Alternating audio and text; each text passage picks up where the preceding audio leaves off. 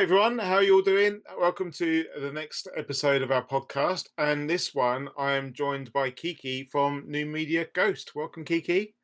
Hi, Bill. Thanks for having me. You're welcome. How are you? I'm good. I'm really looking forward to this conversation because visibility is something I care deeply about, as you know.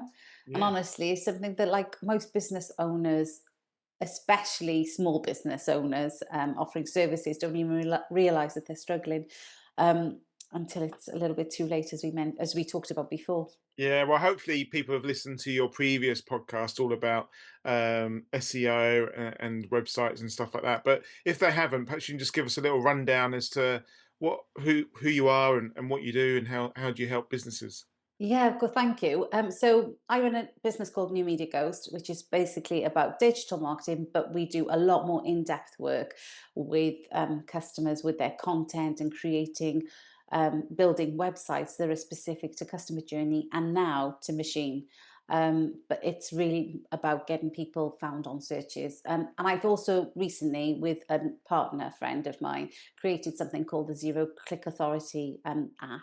Actually, it's a website, and then we've got an app on it, and that's all about helping businesses show up where it really matters. So, such as like Google voice search, anything like AI generated answers. But we'll go more into that. So it's Yeah. not just about social media, and it's not just with ads, but organically and with visibility that actually lasts.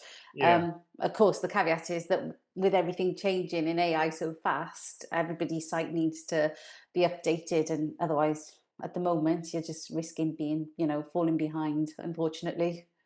Yeah, it's quite interesting. I think you might know different to me, but the rise of AI for me feels like it's been the last 9 months, maybe a year. Has it been going on longer than that? Have you been looking at AI for a while?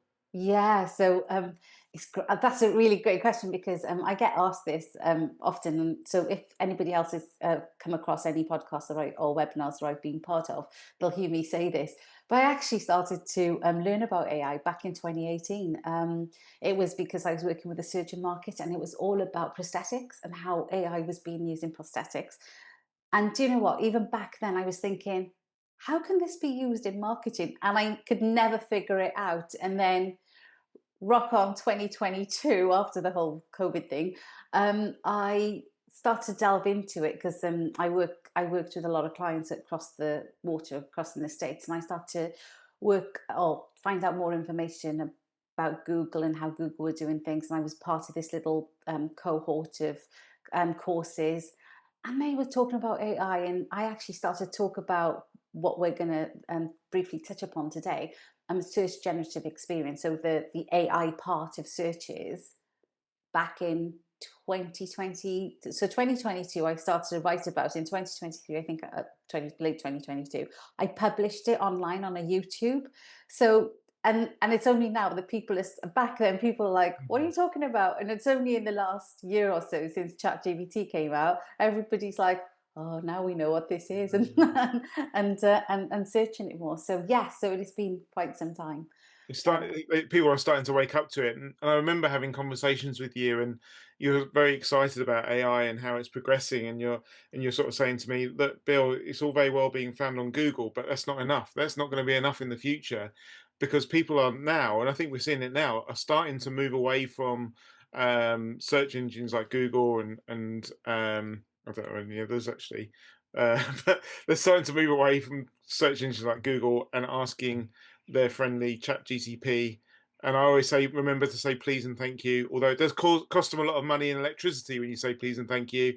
My conspiracy theory is, having watched Terminator, that chat GCP will become Skynet at some point and will come down and hunt us all. So if we reply to it, maybe we'll be saved in the battles. do you know, you're absolutely yes.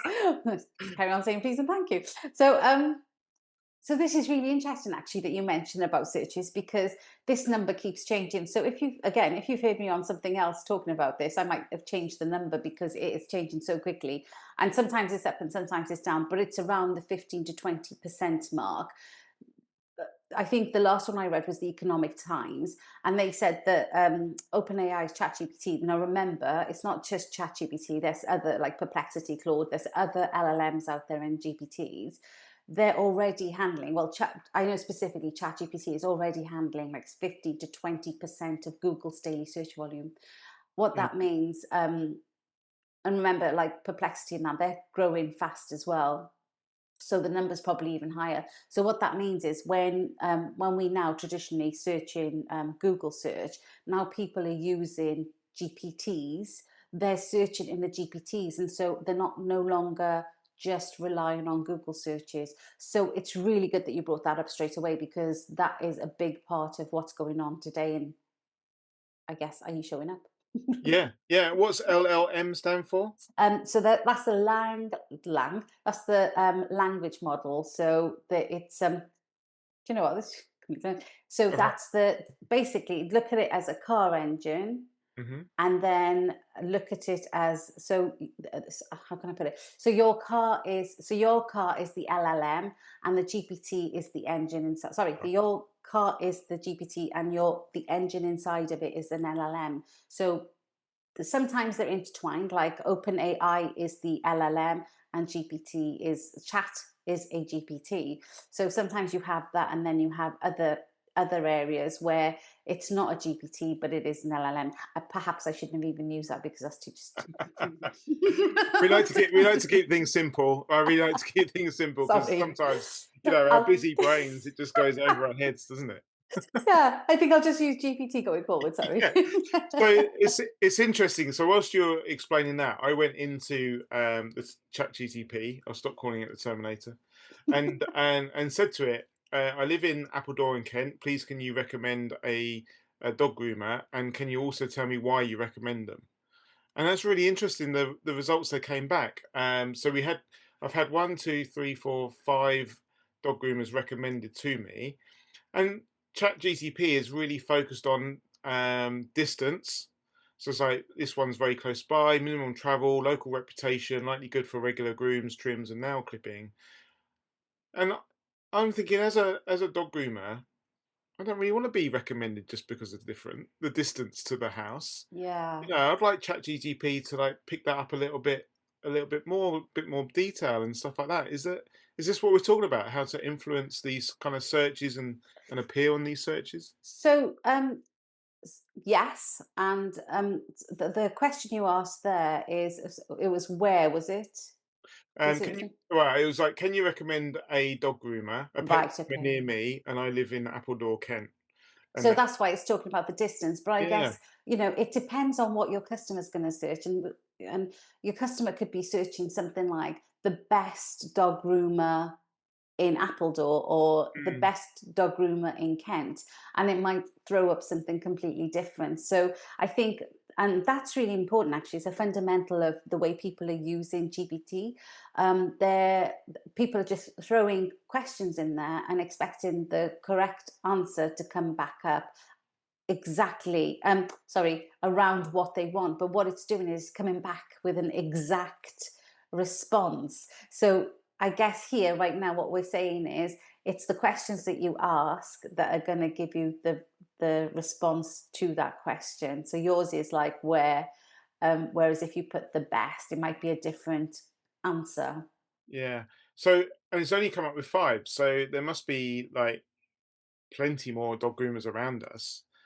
So comes back to like what we're talking about, why it's important to get onto these search engines, isn't it? Why it's Definitely, yeah. So when you're searching in these, when people are searching in search engines and in GPTs, they're asking specific questions. And nowadays, like you've just done now, Bill, you've used a long tail keyword. So you've actually asked a sentence. You've gone straight into a sentence. Whereas if you remember way back when, we just used to ask one or two words, and then they used to come up. So what I'm saying here is the question is important, the answer is just as important, but it's the keyword that you're using. So that Appledore in Kent and the dog groomer is really important there. Those are your keywords. So content going forward should have, if you wanted to show up on there, should have that information within the content piece that you're writing, so that GPT and what I'm going to talk about in a moment, AI overview,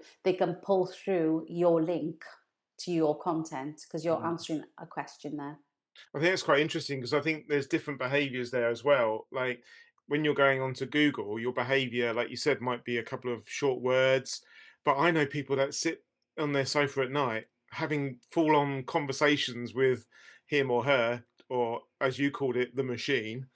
They have like full blown conversations with them. So you're probably more likely to use sentences and paragraphs when asking questions in ChatGPT, whereas you probably won't in Google. Yeah, definitely. That's happening a lot. And I think we are starting to use GPTs as our friend now. Yeah. Some still fear it, but as someone who can answer everything. But remember that that's it's moved on a lot, and it's learning from our behaviors and our, when I say behaviors, as in what we're questioning or what we're asking. So it's learning a lot from that, and also it's reiterating. So it's continuously moving. I mean, um, language models are all about learning more and more, and this is what the GPT is doing, is picking up out of that language model. So I think it's moved a lot, but there's a lot more to come. I think Mm. we don't realize how much more there is out there for it to give us. Yeah, I mean, it's certainly very complimentary when you're chatting to it. I have to say, it's good for the ego Oh, sometimes. definitely. Oh, Bill, I really like that idea. Well done. Yeah. Yeah, definitely. But we also got to remember that as good as it is, there are hallucinations in these at the moment. So sometimes, if you do searches, if you run searches, you have to say like, "Where did you get this information from?" And then they'll Mm, say, "Oh, I just made that up just as an example." Like, what? mm. So if I'm doing some research and I'm using GPT for research, it'll throw out a statistic, and then I'll say, "Okay, show me where this statistic is." And then it might give me a URL, a link to go to. I'll go to the link, and there's nothing about that statistic. And then I'll have the conversation saying, "This statistic doesn't exist." And I'll go, "Oh, yeah, that was just like a child to see whether you liked it." So you And got to they're be just like, really "Oh, clever. sorry, I thought I caught you out." Or you go to the link and it's just a joker in a box going, Gotcha. But I've heard on the news that lawyers are standing up in court when and quoting case law where they've done their research overnight on like GTP and stuff like that, and they're quoting case law in court, and the judges are like, that just doesn't exist. So people are getting caught out by it. They Yeah. are getting caught out by it. Yeah. So well, let's pull it back to our original topic because I feel as I've gone down a chat GTP It's rabbit so hole easy to there. do it. Yeah, like you do on like when you're chatting away to him, he, her, she, the machine, you just like Yes. chatting away and like go down all these different rabbit holes. But yeah, so AI overview. Tell us about AI overview So I thought before I jump into that, I'd give a bit of then. context on on the whole subject that we're talking about, why AI visibility matters, like for pet groomers right now or small businesses. Yeah, Just because I think we're jumping as a nation, or as a species, we're jumping into things like GPT machine, but we also need to think like, how do we interact with our prospects, our future? So if it's all right, I just want to share a quick story. yeah, of course, go for it. So, so I got to remember the statistics now, and they are true. No. Yeah, So back in, I think it was like 2011, 2010, 2011, buying pet food online felt about as personal as ordering batteries, right? So Amazon treated pet supplies like a commodity because Amazon was doing, it still is doing really great up there. When you're buying things, it was cheap, fast, and convenient. That's what Amazon does. yeah, But what they missed was that pets aren't products; they're family. And your pet groomers here will know that, because mm, they deal with people day in day out that bring in the pets to the shop. So local pet and shops and vets already know that, because when they're building these relationships, they're remembering things like names. And I think you and I mentioned this earlier, and they're celebrating milestones. They're sharing highs and lows of the pet ownership. But what happened? That's exactly what happened. Actually, was the two guys that were owning Chewy. Um, I think it was Ryan Cohen and Michael Dave. That's right. They tapped into it when they launched their business. Chewy. Over 100 investors turned them down. I think it was over 100. Yeah, we'll stick around those statistics. I'm trying to think back to the story, but basically, over 100 investors turned them down. assuming that like Amazon would crush them because we know what big giants, Mm. what stuff Amazon has and what a big giant it is. But Chewy didn't try to compete on price, and they didn't try to scale either. What they learned, what they kind of leaned into and learned, was that Amazon couldn't replicate the what your pet owners offer, what your groomers offer, the warmth, the care, the connection, and they turned the transactions into relationships. Now, I'm coming to the end of this story, but why does that matter for pet groomers? Because online you face the same risk of being commoditized. So whether you're a big giant as Amazon or you're a small pet owner, that story is still happening. People are still searching. To a pet parent searching online, one groomer is just going to look like another one, right? Mhm. Unless your expertise and your care and that you show up, that you're visible in places that right now pet owners are asking questions, which is what we just mentioned, which is your GPTs and your Google, where they're asking those questions. And that's the shift that I'm going to try and cover now. I'll go through like four of the most common questions that are asked, questions that I think will resonate with many of you, when many of the pet groomers, particularly now that like AI is reshaping how people find local businesses like you've just done, Bill. Mm.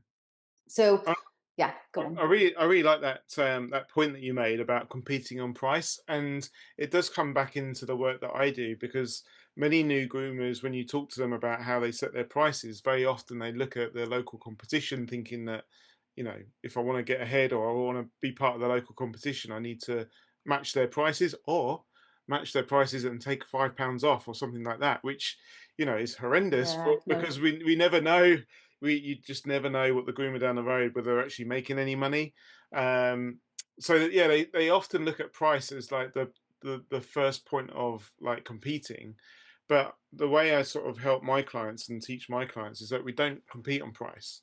Well, Robin, our pricing mentor, obviously says, you're going to be the most expensive in your area, so we don't compete on price, but Yeah. we really focus on that marketing element, and that the personal element, and the know, like, and trust, and the customer service, answering the phone, speaking to people, Yeah. and stuff like that. So it's really great that you mentioned that Chewy, this big food brand, came in and going, no, we're not competing on price. We're going to compete on service, on care, on like how we care for the animals. We're not like that Amazon. We're not going to just pump out pet food. We're going to make sure that people know we care about them. Yeah, definitely. And I think that comes in really strongly with pet groomers, because pet groomers are constantly, trying to get themselves out there. But now they've got the tools that they can use. They're already offering that warmth and that caring and that nurturing and the understanding and that full blown relationship, not just with the pet when the pet comes in, but with the pet owner who's going to bring the Mm, pet in, right? mm. And what we've done is we've gone from everybody searching online and then offering this. But remember, to offer all this and for the pet owner and the pet to understand that you are the right person for them, or your grooming business the right person, they need to find you. Yeah, So yeah, how are they going to fundamentals. find you? That's it. That's it. And it also pulls in very nicely to a lot of questions that are going through the Facebook group, Dog Groomer Business Help and Support, because there's many new groomers coming in going, right, I want to set up my groomers. How do I market it? How do I get found? So it's great that Yeah. we're having this conversation now. Oh, good. So let's start with one of them that I've searched and then I've heard about, which is why don't I show up when people search for what I do? Mm. I mean, that's not just pet groomers, that's just, That's general. Yeah. general public, as, general businesses. The truth is, search doesn't work the way it used to. It's no longer enough to have just a great website, because the AI systems, whether that's, like we mentioned, Google, Siri, remember voice, Yeah. ChatGPT, they're all trying to give direct answers to people. That means that they pull from the content that's structured to answer. So remember, it's got to be structured, not just published. So if your business isn't structured to show up in those places, even if you're a pet groomer, the best groomer in the area, the best pet groomer in the area, like we just talked about, then basically you're invisible. And Mm. one thing I want to just kind of just put out there as well, it's not your fault. And it's something that you can fix as well, which we're going to go into. Yeah. Yeah. The So other, just let's just pick that apart a little bit to make it yeah, so to make sure people understand that. So when someone searches on a search engine or a GPT or a Siri voice search, that within seconds that goes into the World Wide Web, the internet, and it's searching billions of websites for the answer to that person's question.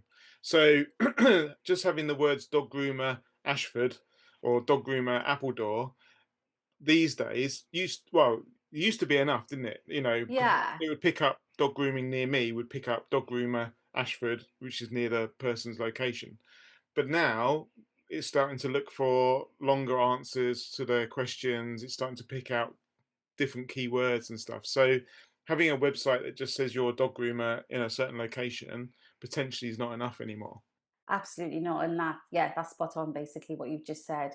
Um, and we go back to the long tail keywords again. So it's people are asking questions in sentences, and now these responses are coming back if you're answering those questions. So it's going back to, do you know who your customer is, and do you know what their needs and what their pain points are? Really, isn't Mm. it?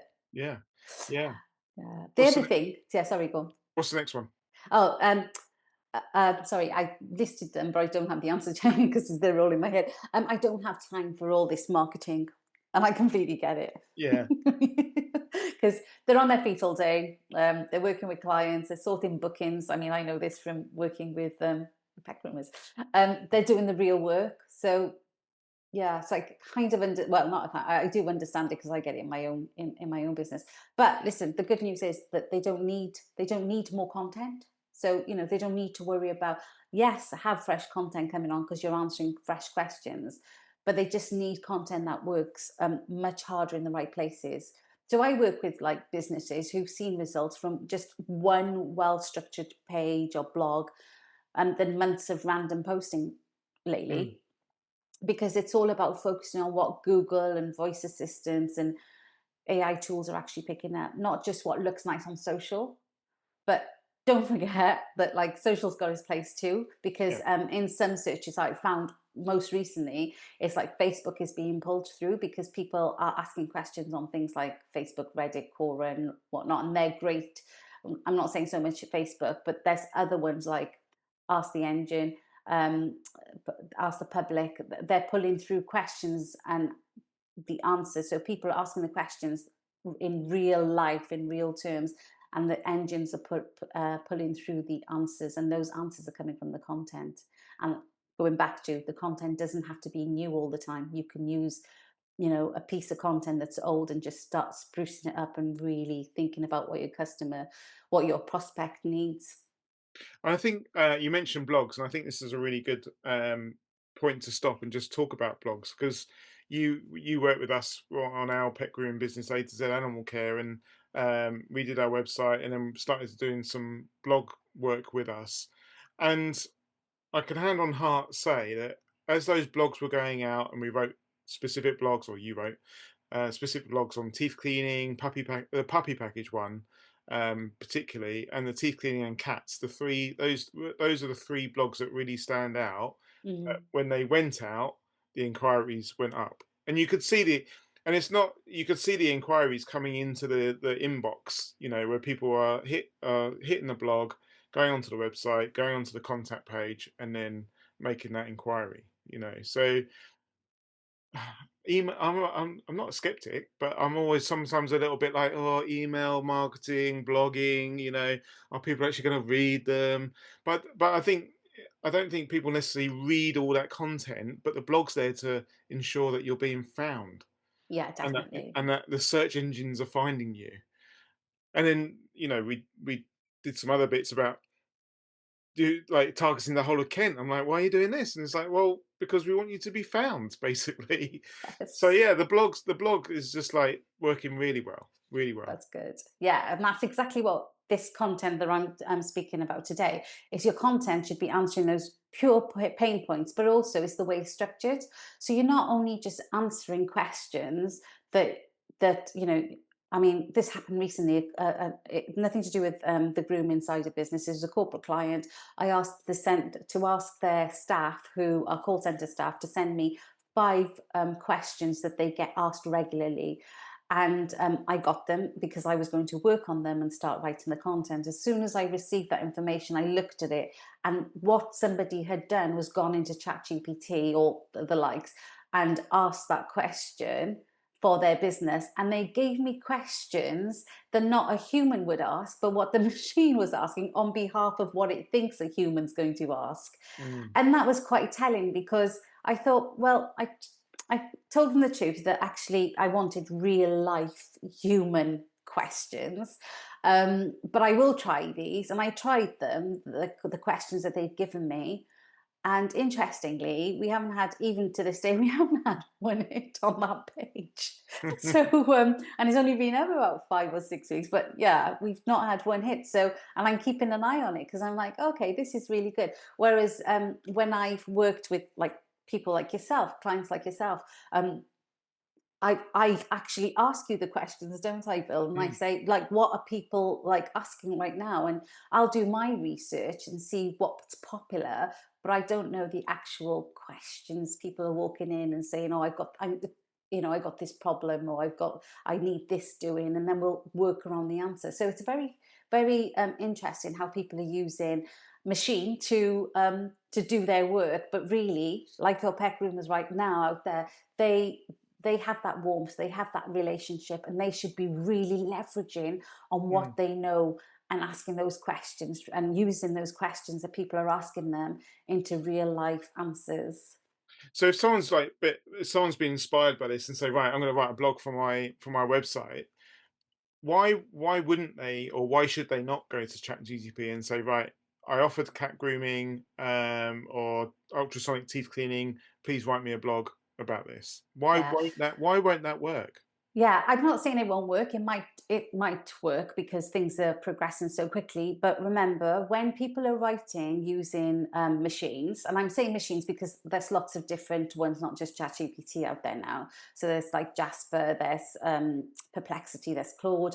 So there's so many out there. But when somebody's using machines like GPTs, like ChatGPT, sorry, um, the they the answer that's coming back is not in the tone and voice of your business or you. It's not. So if you're a caring and professional, it's not telling you that unless you specifically ask it specific questions to get them to understand. So get that machine to understand Mm, how you want to come across. It's not in your brand. It's not answering as like how you would. So if you ask me a question, I there's a specific way I'll answer it in my tone, voice, the way I come across. Whereas if I put it in GPT, it's just going to give me the same back. And soon enough, well, actually, it's already started because I can spot. Now, I'm not talking about M dashes here, but I can spot an AI written article straight away than one that's written, purposefully mm, with purpose behind it. With all my clients, we write articles ourselves. Now, this is where GPT can come in, or any of the GPTs, is that you then put that into the machine and say, "Can you check for anything I might have missed?" But mm, you want to keep it as it is. So you're saying keep it as it is, but check for anything I've missed, and that's where you can enhance it. But remember that machine isn't going to know the question that somebody with a pet has come through and just said, "Oh, my pet's nail's broken. It's been crying all night," and then I don't know what to do, and are you able to fix it? So now you've got a real life question that mm. maybe GPT hasn't picked up or doesn't know how to format it in a way that somebody would ask it. And that's the difference between you doing it and then putting it in just to clean it up, but in your own way, than you going in there posting, "Look, I need this," and then all of a sudden there's about 5 or 10 different groomers with exactly the same Yeah. response, in the same tone, in the same voice. So in a way, actually, thinking about that, our customers are doing the hard work for us because they're coming into our salons and they're asking us questions. They're talking about problems. They're talking about issues that they're having at home with their pets and potentially at home in general. But they're highlighting the kind of keywords themselves, aren't they? By talking. So I suppose a challenge or a task for people listening going forwards is over the next sort of couple of weeks or a week or so, just have a notepad maybe on your desk and just make a note of the conversations you're having with your customers. And if you find there's a theme, itchy skin. We had someone text us this morning. Their cat had a tick on their eyelid. That could be a potential blog. Start making a list of all these problems that you're coming across and the questions that your customers are asking. And there's your content. There's your blogs. Absolutely. There's your content that 100%. you can be writing. Yeah, absolutely, 100%. And in fact, if you think about it, if they're asking that question to you, can you imagine what they're putting into the machine? They're putting the same question into the machine Mm. if they didn't know you. So that's the way that it would work. Yeah, yeah. So the customers, unfortunately, not all pet groomers like to talk to people. We quite often get yeah, I went into pet grooming so I don't have to deal with people. But unfortunately, pets come with owners. But the owners are the key. The owners are the owners are doing this heavy lifting for you. They're giving you the answers. They're giving you the content. Definitely. And then we've got another question that I kind of found was I'm looking at I've got four of them I think here. Yeah. It's I've tried posting but nothing's really happening. I love this one actually. And like I said, this is not just about the pet grooming industry. This Mm. is about any business, not just small businesses. And it's frustrating. I understand that, especially when you're putting all that effort in. But visibility isn't just about effort. And as I mentioned before, it's about structure. So I guess if your posts or your website or blogs, if they're not written in a way that AI or search engines can understand, then they're going to get ignored. So no matter how good you are, like the work that we've done previously, it doesn't matter how good we write content, but it's are you answering those questions? And that's why I talk about earning visibility. So it's about earning that visibility. It's not just about doing more, it's about doing it differently. So you're answering the questions, you're structuring it in a way that people are asking them. So an example is people use their mobile phones and they ask say hey Google or hey Siri, and they'll ask a question. Everything's um, kicking off now. You've said the words, and everything's like what? Alexa. Everyone's staring at us now, going, everything's kicking off. Oh, it's quite funny. So yeah, so it's in, I mean, I think it's really important to understand that I understand the frustration, and it's really important that the audience understands that it's not just about visibility; it's about the effort that you're going to put in, and you don't have to keep regurgitating stuff. That you can, sorry, you don't have to keep writing stuff, and it's about earning that visibility. So it's not, like I said, it's not about doing more; it's about doing it differently. So it's not necessarily about quantity, but now it's starting to become more about quality that Definitely, you're putting 100%. 100%, yeah. Whereas before we were all like, what's the keyword? Let's go and draft up a blog post around this keyword. It's not about that no more. on. It's Right. about, are you answering that question? Okay. Um, and then, of course, there's the other question that I came across was the financial side of things. I can't afford to keep running ads. Oh, I love this one, especially for small businesses. And do you know what? You shouldn't have to. In 2025, earlier this year, the smartest businesses, I keep saying this, aren't throwing money at Facebook or Google Mm, ads. They're the ones that are going to be building visibility that doesn't disappear the minute they stop buying or stop paying, I should say, for mm. ads. Because AI visibility, like I said, it's about earning, you're placing the results. And it's about staying there. So your content is continuously relevant, answers are driven, and that they're trustworthy. And remember that trustworthiness and that driven is going to come from the real questions and the real and then your real responses, because that's what you would do if somebody was right in front of you. I So remember actually, this is really interesting, like, paying for adverts and stuff like that. And there's a lot of pressure on businesses to pay for adverts, and you're getting a lot of like, oh, you should be doing this and you should be doing that. And I think that has their place for certain specific campaigns. But I remember working with a groomer probably 3, 4 years ago now, because it was a one-to-one groomer, as in one-to-one work with them, and they were paying like £300 for Google ads a month. And I was, they wanted obviously to make more money. Now, there's different ways to make more money. You can Mm, obviously increase your prices, increase your productivity, or reduce your expenses, which makes you more money. And she was so scared of turning off the Google ads, and she was okay. convinced that as soon as she turned off the Google ads, the phone would just Stop ringing. stop ringing. Yeah, the phone would just stop. I think it was Google Ads or it was Yale.com or something like that. But I remember it was like £300. And it took me a good few months to get her to get her into the mindset to actually turn it off. And Oh then gosh.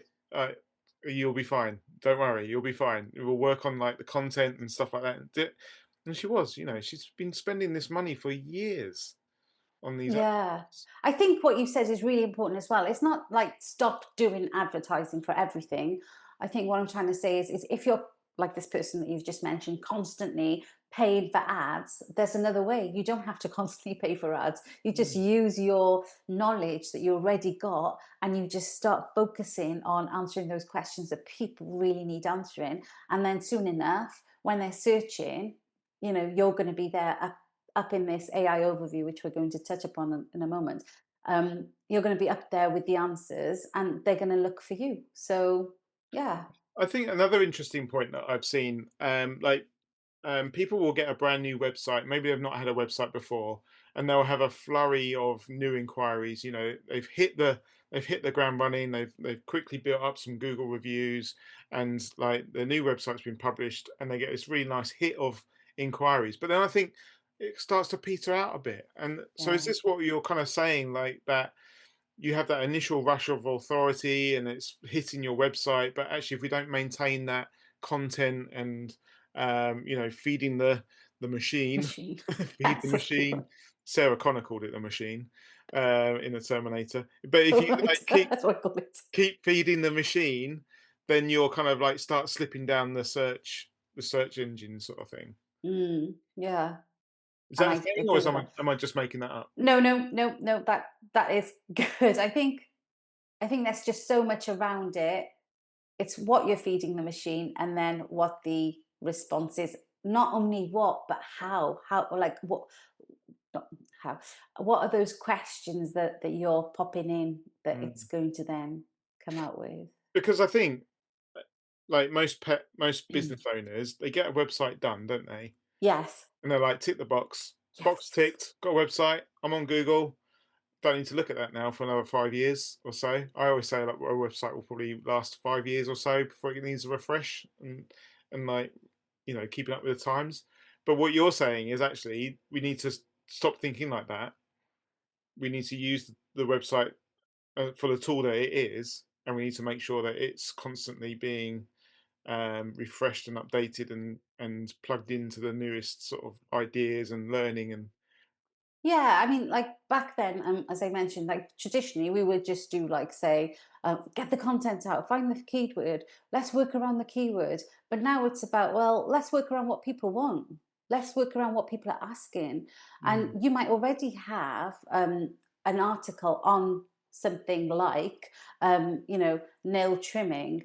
So you've got that article. It doesn't mean that you have to now go and build another article like we used to do previously. Now it's about, well, are we answering all those questions in that article? So just pull out that article and revamp it and reuse the information, but do mm, it better and do it so in a structured way. So you want clear, structured answers and clear structure on what it looks like. So remember, it's not just about machine, it's about man as well. So we need as people users who then land on this site, we're not going to read everything. We don't. As humans, we don't have time. And if we mm. have time, we choose to read this rather than that. So I rather sit there and read a business book than read a novel, for example. Me too. I get told off a lot about that, by the way. Me Go on, too. relax. Me too. It's like, do you not read any fiction? No, don't believe in fiction if that makes sense. I can't read it. I'm like, I want Yes, facts. yes, absolutely.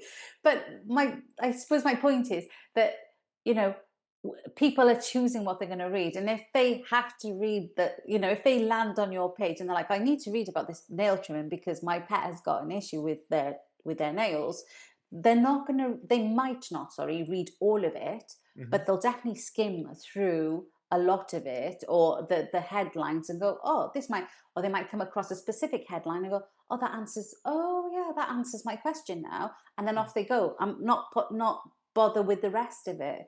So that's where we need to be. And actually, here are like some takeaways, I guess, right? So that to think around all of this, AI is already changing how not just pet groomers and pet owners find groomers. This is about small businesses as well. So, but AI is changing how pet owners find groomers, and most businesses aren't ready. And I'm talking about carte blanche everywhere. This is not just small businesses now. So it's not pet groomers, not just small. It's just businesses or companies or personal brands. Um, I think the second thing I've got is, if you're not being picked up by search or AI tools, then basically you're invisible, because they're not going to be able to find you, right? They're just. Mhm. And then I suppose the third one is that you can build your visibility without ads, which is what we just talked about, but only if your content is structured the right way. Mhm. And that last key point, actually, and this is something anyone can do, but very few are doing it very well. And of course, this is where the opportunity is. Make sure it's all structured well so people can see it. So before we just touch on that, like how to move forwards, one of the questions people might be asking themselves at the moment is that, okay, well, I've got Facebook, I've got Google, I've got website. My phone's not overly busy. I'm not getting loads of inquiries. So how can I actually tell if I'm being picked up on searches? Is Do there them. Do so them go yourself. on. Yeah, So, tell us about so that. okay. So Google your service and location, for example, like you did earlier on. I don't know, dog groomer in Canary Wharf, right? Hmm. Are you showing up on the map? So is in the results at all? Ask your phone. I mentioned this earlier. Try, hey Siri, hey Google, Alexa, Alexa. and ask for the nearest pet groomer, like you did Yeah, earlier on, right? yeah. And if your business isn't mentioned, then that's something to work on. I think you need to think like your client. Search for a problem, not your business name. So don't search for new media ghosts, because that's going to come up. um you I know think that's yeah. Sorry, that's really important. I really like this point because when we have A to Z animal care, when you actually go onto Google and look A to Z animal care, what actually comes up, and we looked at, I can't remember, we looked at search terms and stuff like that. You get AZ animals, yeah. AZ Betherston, animal care Betherston, animal care Ashford. A2Z as in TOZ. Right. Featherstone. So actually, that kind of told me, or tells us, doesn't it, that yeah, people don't always remember your business name. They know it's No, like A to Z or A dash Z or something, but then they're like A to Z care, A to Z animals, A to Z animal care, A to Z Featherstone. There's all those search terms going in. So you, as the website creator and content creator, you've got to manage that. You've got to understand that and create stuff around that, haven't you? definitely. And I love that you brought that up. So I've got a bit of a personal story, if you'll allow me, Bill. Go It'll for be it. very short.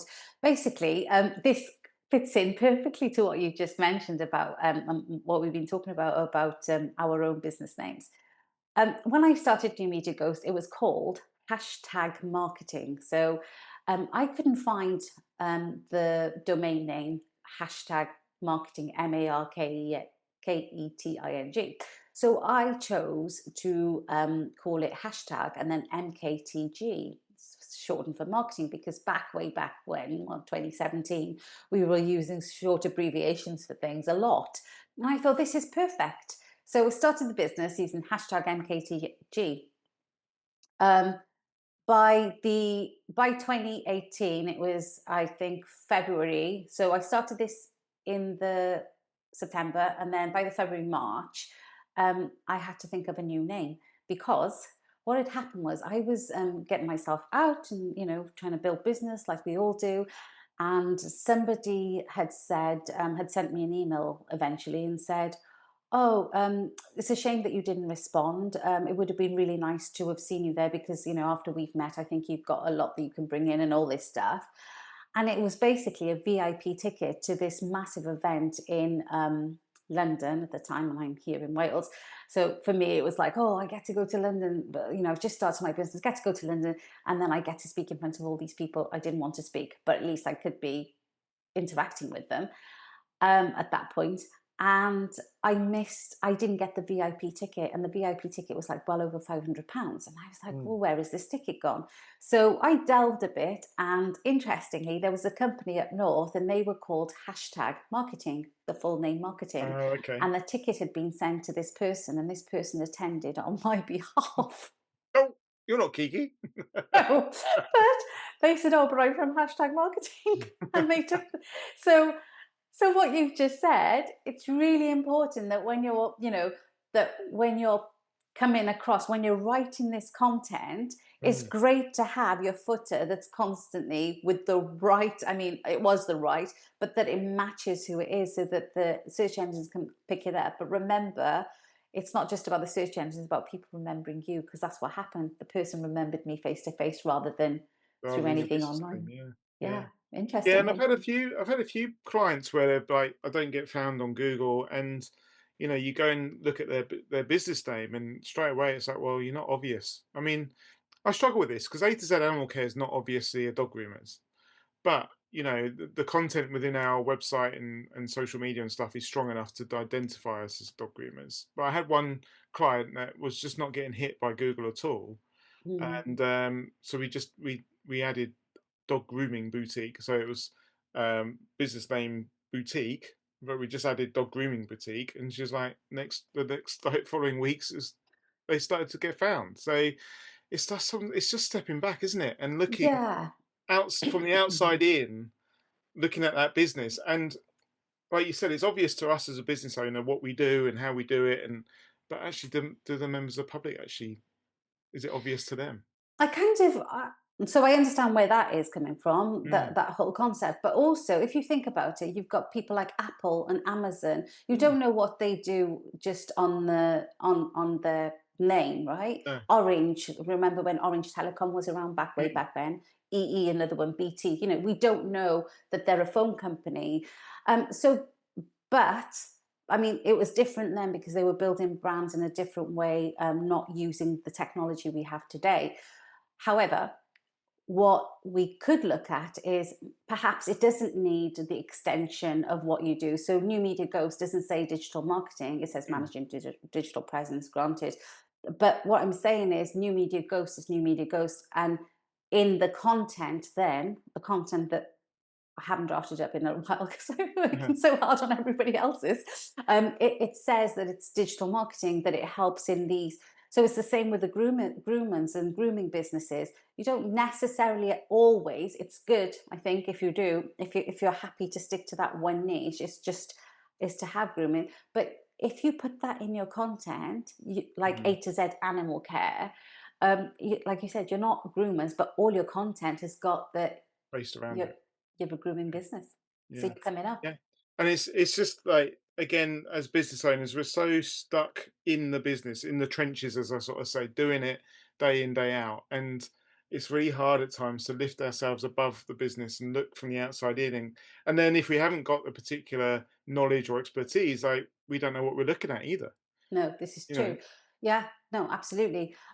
So what I say is always think like a client, search for a problem and answer Mm, that problem. So don't search for that business name, which is what don't search for A to Z, don't search for new media. Because try like things, don't search for the pet groomer, pets and pausing or something, so whatever the name is. Don't search for that business name. Try like things like, how often should I groom my poodle, and then in that answer should be the answer of how often you should groom your poodle, but also your brand can be put in there. So some of the work that we've done is where we've brought in your brand and said, at A to Z Animal Care, we do this, this, this, and it's answered that question. How often should I groom my poodle? You should groom your poodle, blah, blah, blah, blah, blah.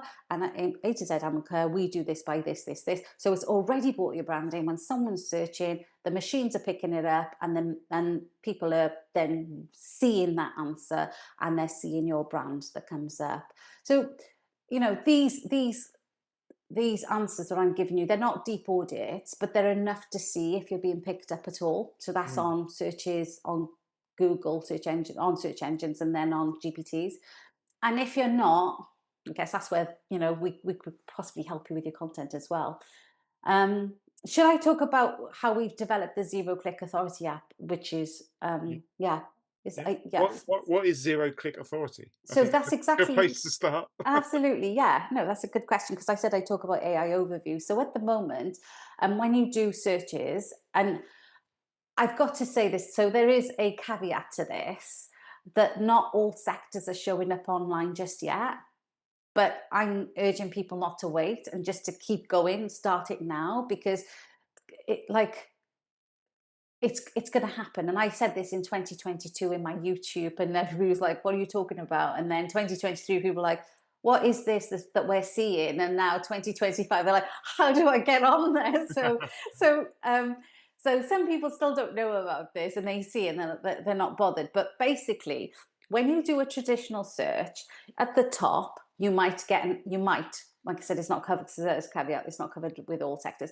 You might get as an AI overview, it's called, and it's Mhm. basically where Google is answering, well, not Google, the businesses and brands are answering questions um, in these little tabs. So you might ask a question and it's being answered in these little tabs.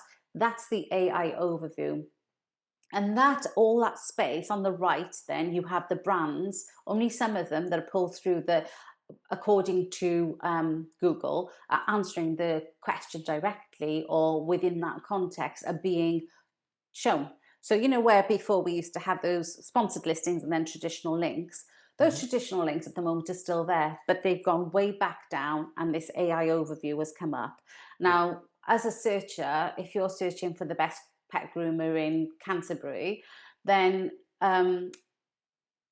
your content should be saying, we are the best pet groomer in Canterbury because of this. And then if you've got, say, if you've won an award, bring the award in because that gives you a trust signal. And then that's what comes up on AI overview. AI overview will pull that through and say, what, and you might be one of five, or you might be just you, but it'll pull it up and it'll tell you why, in their mind, you're the best pet groomer in Canterbury because one, you've answered the question, two, you've used the best pet groomer in Canterbury, three, it's given a trust signal because you even said to the machine, I'm the best pet groomer because I won this award.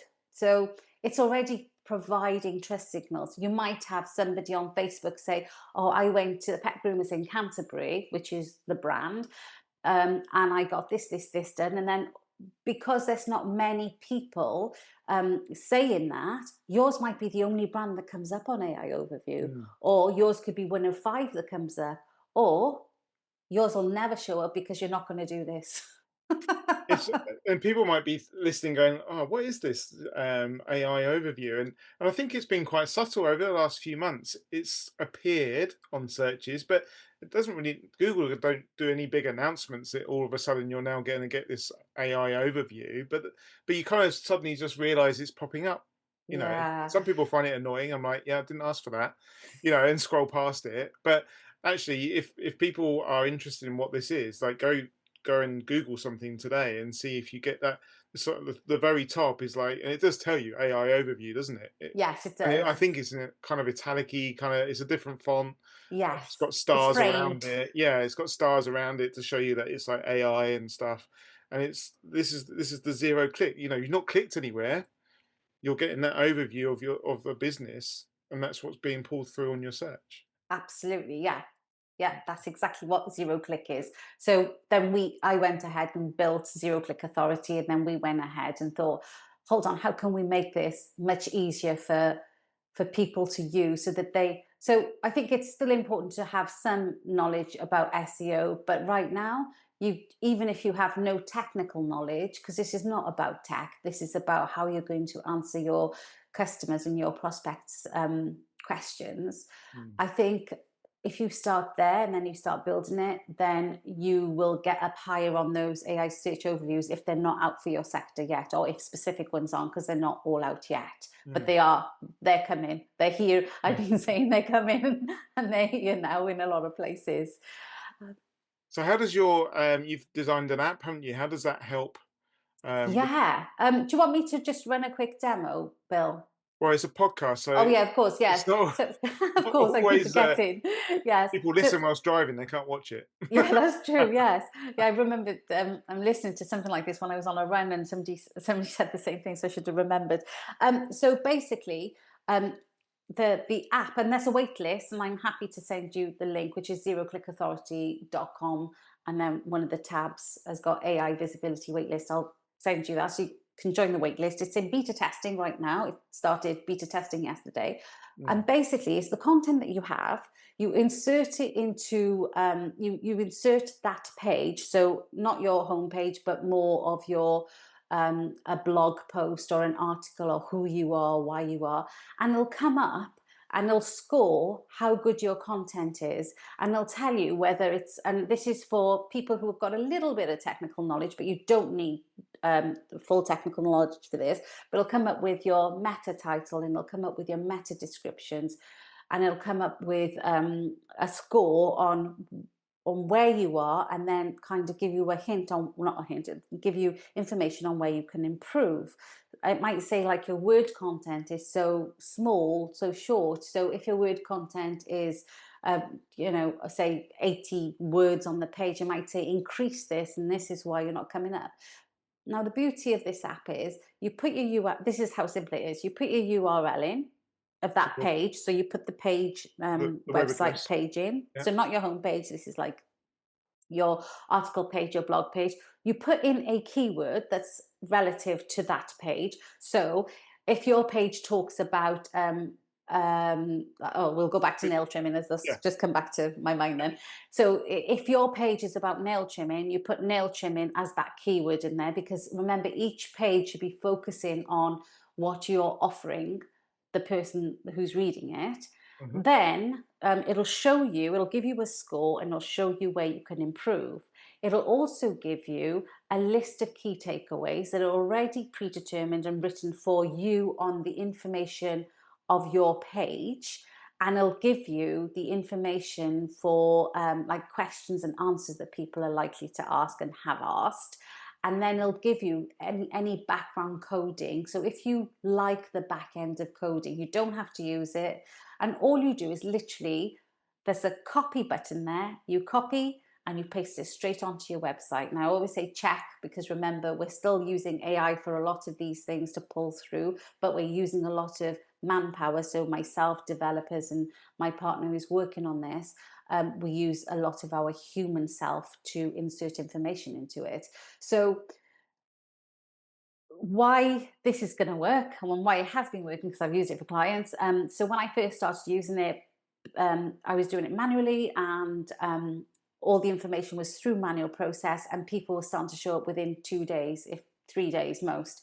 And now it's taking longer, and it's taking longer because more people are starting to get to the gist of, oh, we need to start doing this, and they're like trialing things and doing things, and other marketers are telling people that they need to do this.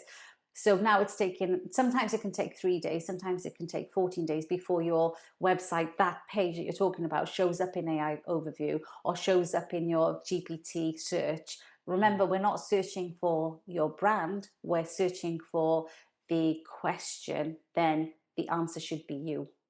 Linking to your brand. Yes. And Yeah. literally all you have to do is copy and paste onto your website. That's all. It's a click, click, click, There's click, and that's it. there's a lot of noise out there, isn't there? And it's very hard to sort of cut through all that. So not all pet groomers are sort of tech savvy, and they might outsource this. So how can they bring this to their website developers' attention? A lot of I myself wouldn't play with the back end of a website. I wouldn't like. I can do it, but I probably wouldn't. But I could send the copy to my web developer and just say, "Can you upload that for me, please?" How do we communicate with that web developer Yeah. and say that So I want this to start working better for me? yeah, so with the app, I think you need to do a bit of the work, because you need to understand who your audience is and what pain points they have.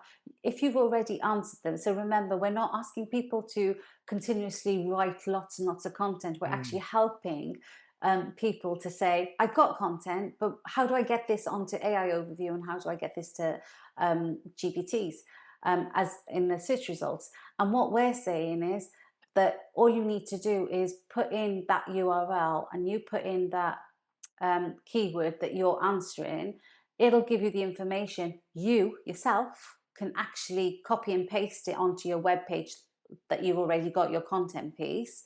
And then if you do want to use the back end of the information, again, you just copy and paste it onto a, I don't know, a Word document, and you can just send it over to your developer or whoever's running your website. Or just give us a call and we'll do it all for you. Yeah, and I think again this hits another topic, doesn't it, about choosing who develops your websites. And I always say, like, your accountant is like your critical friend to your business, and it should be someone that you're happy to pick up the phone to, answers your emails, and's happy to chat to you. And I think we need to start saying the same about web developers as well, because what do they know about the pet industry? The person that you go to, have they got knowledge about the pet industry? Do they know what ultrasonic teeth cleaning is? And are they going to, like, be open to your ideas and the copy that you want on there and stuff? I think that's important, isn't it?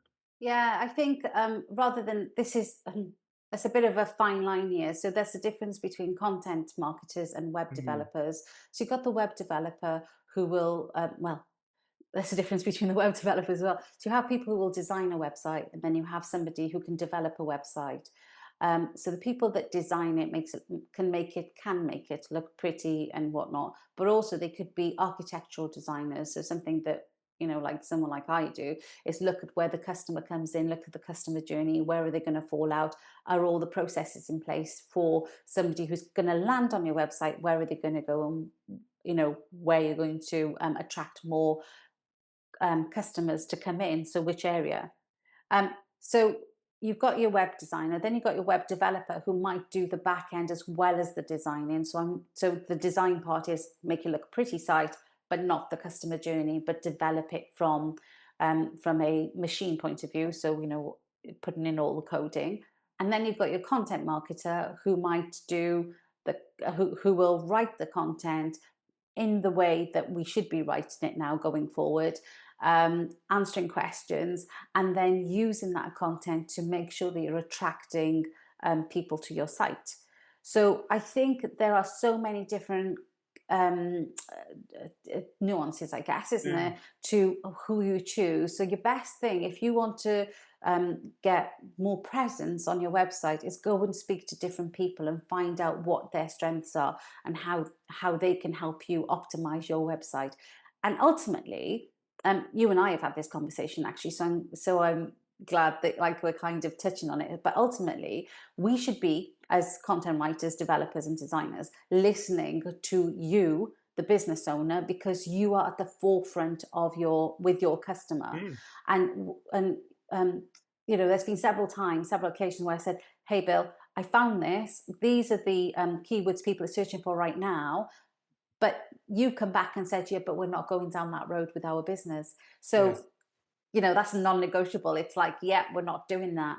And then sometimes it's been things like, "Bill, Christmas is coming up. Are you doing any packages? Because we can start writing about those packages and how they intertwine with the services you offer." Now that's where a content marketer and a marketer would come up and give you the ideas to say, we should be doing this. And then you say, yes, we want to do something for Christmas. Or you might say, no, this is not for us right now because we're focusing on some other part of the business. So it's really important that you find a person that can understand what you want, what your needs are, and also be able to then help you navigate into what area to help you increase more inquiries.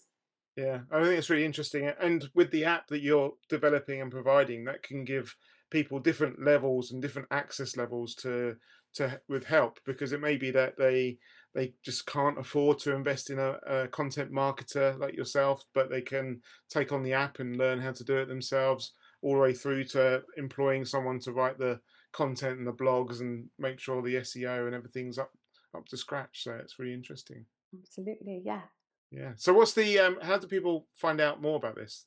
So if they go, I'll send you the link. Oh, mind you, I'm saying I'm sending you the link. You're not going to So I'm just going to find my link and then just, I can put it in the show notes. okay, Send it okay, afterwards. Tell us what the link is, and I can put it in the show notes at some of the okay. So if podcast stuff. if um if if they can visit Zero, as in Zero, Click Authority, Mm. as in zero search, so zeroclickauthority.com.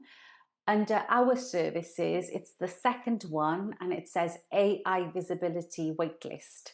So we Right. have a waitlist because we've just gone into beta mode yesterday. So we've got people testing it out for different different business size models, different companies, and different sectors. So yeah, they can visit it there.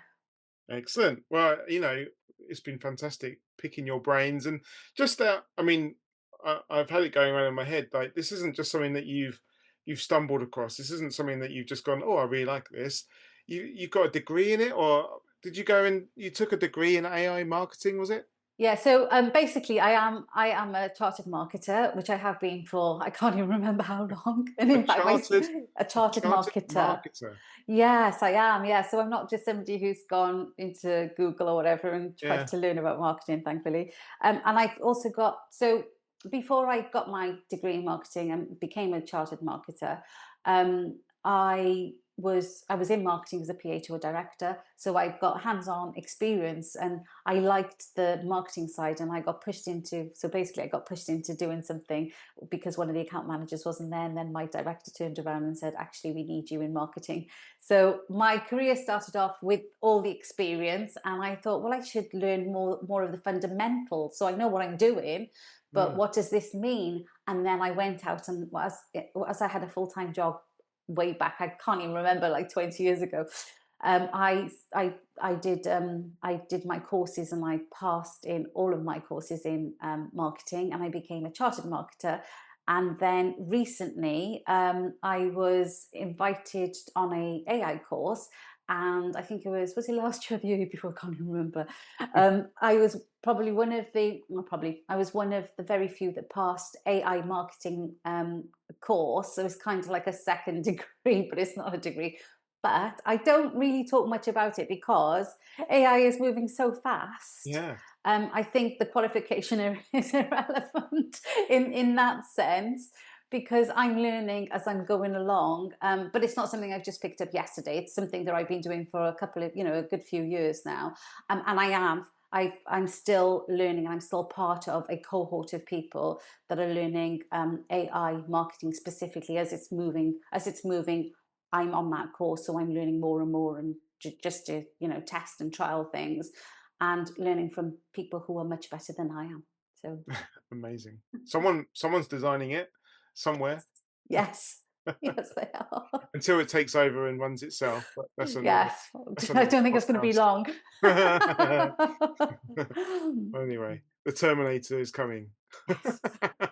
No, stop Let's frightening we people. we should end the podcast with the music. The dun, dun, dun, I love that.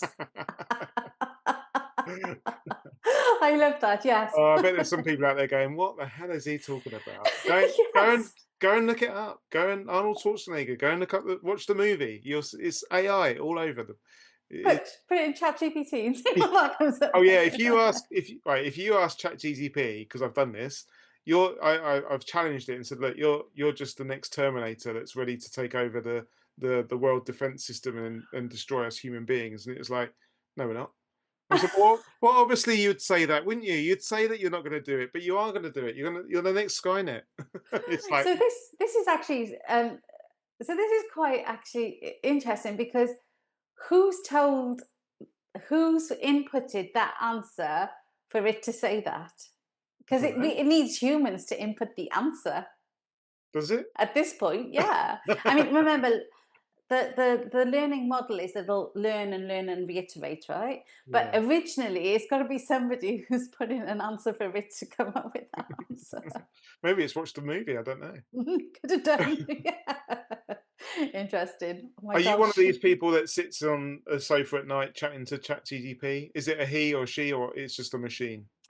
Yeah, so I think I've been pulled about this before. So I'm always talking about man and machine. I'm never Yeah. talking about a he or she. I have no name for an AI model. I call them GPTs Lots of basically. people, you'd be surprised. I've got clients that sit there at night, like planning their life and chatting away and talking away. And I'm not sure they've gone as far as giving it a name yet. but it's Yeah, definitely yeah, like we get messages saying, "I've been chatting to I've been chatting to ChatGPT and he said or she said." It's really like it's really captive. It's really like grabbing hold of people, isn't it? yeah. I think yes. I've got a friend who was talking about, and in fact, I switch off. So if I'm not doing it for work, very much like Mm. what we talked about books, I switch off from it because I think I I might have an addictive personality where I could get consumed in Yeah, just talking to that instead of my family, like yeah. my family Well, I think yeah, choices. So it might start like humans might start replacing partners and marriages with like AI stuff. it's already started. Yeah. What's There that? are stories out there. What's that movie? There's a movie, isn't there? I Where Robot, is it? yeah, well, you got iRobot. You've got the one where they bring a girl in as a sort of a replacement parent or sister or something, Oh, that's right. Yes. and Oh it like gosh. Yes. Yes. beats Yes. Yes. people up and stuff like that. It's like Yes.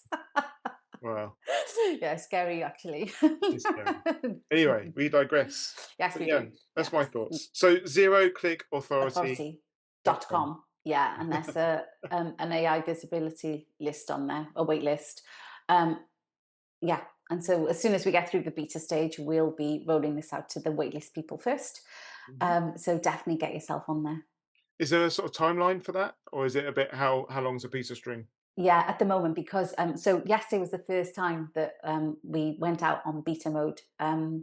And already we've had so much feedback, like how great it is, and how can you get it out there right now? And we're like, hey, hold your horses. Hold on. We need to find out like what the issues are. So it's great that we've had a good reception, but also I want to be in a situation where we get the information right and not just throw something out there and say everybody use this. So yeah, and it's always going to be a movement, a movable feast, as you were saying, because it's AI is growing, it's growing in different ways. Robin and I have already looked at how we can go to the next stage of it, so we're already ahead of what we've done. It's just now about making sure that it's going to provide what we're saying it's going to provide by the beta testers testing it for us. Yeah, I'm really excited. I'm gonna jump on there and get on the waiting list. Excellent. Excited to see how it's going to help people, and hopefully I can use it within my business to help my clients as well. So that'd be good.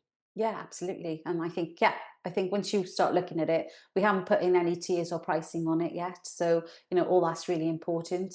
So it's a question that I get asked quite a bit is how much is this Mm. going to cost and when can I have it? And it's like, well, I don't know yet because we need to kind of work out, the audience, well, it's for everyone really, but the Yeah, audience that will be most receptive to it. So yeah, so watch this space and join the waitlist.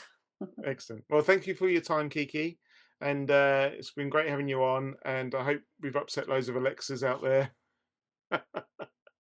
Thank you so much for having me on again. I've really enjoyed it. I've really enjoyed our conversations anyway. But yeah, and hopefully see you soon. Yeah, when the next update is due, we'll get you on for another podcast. Brilliant. Okay, thanks, Phil. Take care. Take care. Bye Bye. bye.